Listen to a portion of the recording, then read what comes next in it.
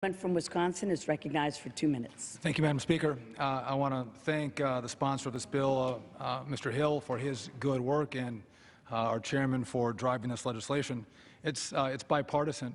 And listening to the remarks that just took place from the minority leader, I know there is a comment, Madam Speaker, about consumers, but I think this is more of a play for the trial bar, because if this 4-month hold harmless doesn't move forward, it's the consumers who are going to get hurt. It's the divorcee who needs the proceeds from the sale of her home from her husband to actually work on putting her life back together, that now won't have that sale go through.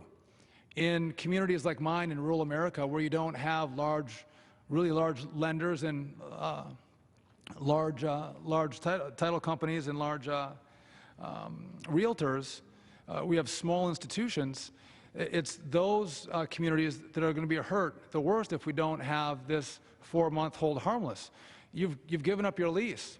You expect to close on a house, and that closing is not going to happen. Or you're getting a new job and you're moving to rural America, and you didn't secure a lease because you're buying a house, but you can't buy a house because you have the whole sector of this space that's not willing to take the risk. And I think, look at, we're beating a horse here of 1,800 plus pages. It's a significant rule. It's very complex, and it baffles me that we wouldn't make sure that as the system is implemented, that we have a hold harmless provision, as long as those folks who are imposing new systems are making a good faith effort to comply. I mean, I think if you're listening to the debate, we're all saying the same thing. We want to make sure we protect consumers. We want to make sure the private sector can actually implement the rule effectively. Mr. Cordray has come forward and indicated he's supportive of a hold harmless, but I think the gentleman from California made a good point. It's not just the exposure that you have on the governmental side, it's also the exposure that you have on the private side from private litigation.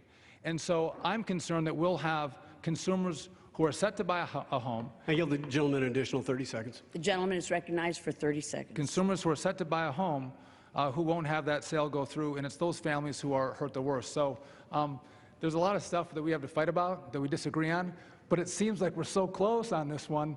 Let's just go forward and do what's right for the consumers and right for the private sector, and make sure that we have a 4-month hold harmless provision. With that, I yield back.